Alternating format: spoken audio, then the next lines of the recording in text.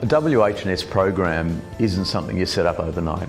We put in a hell of a lot of resources in our teams. We've got staff members from each area of the business involved.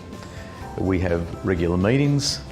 Now, the infrastructure behind that is not insignificant. It requires some time, it requires some effort. It's not easy, and you do have to train people, and it does take time and it takes a lot of repetition, but you do get there. I think basically keeping the communication open is the key, and then having a system in place to facilitate that communication so it's received as fast as possible and can be actioned on as fast as possible. We have a group of generally more of our senior staff that sort of get together at times just to go over issues that may have arisen. Observation is critical in maintaining safety. Things tend to change over time and things can become relaxed over time, and it's important that someone who has a degree of control walks in and just takes an observational role.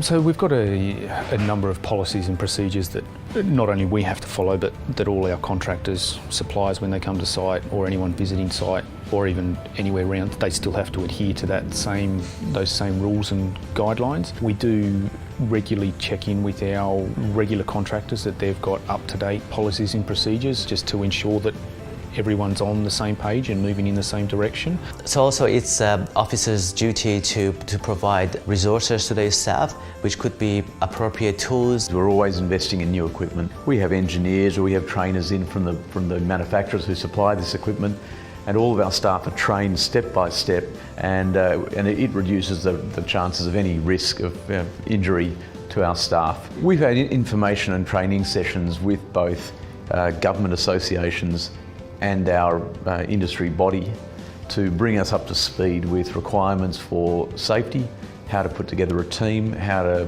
prepare and keep proper documents to maintain the system. Subscribe to lots of newsletters, industry newsletters. They're usually a really good source of information.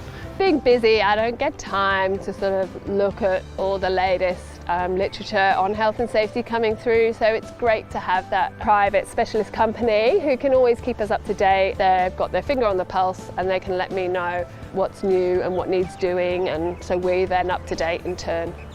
It makes me feel more secure as the owner of the business, knowing that I'm doing the best to keep my staff safe. WHS always seemed something that was just too much hard work. Having done it is probably one of the best things we've done for our organisation. Rather than being a pain, it's now part of what we do. We have nothing without our staff, so it's so important that we look after them, and the environment they work in is as safe as it possibly can be.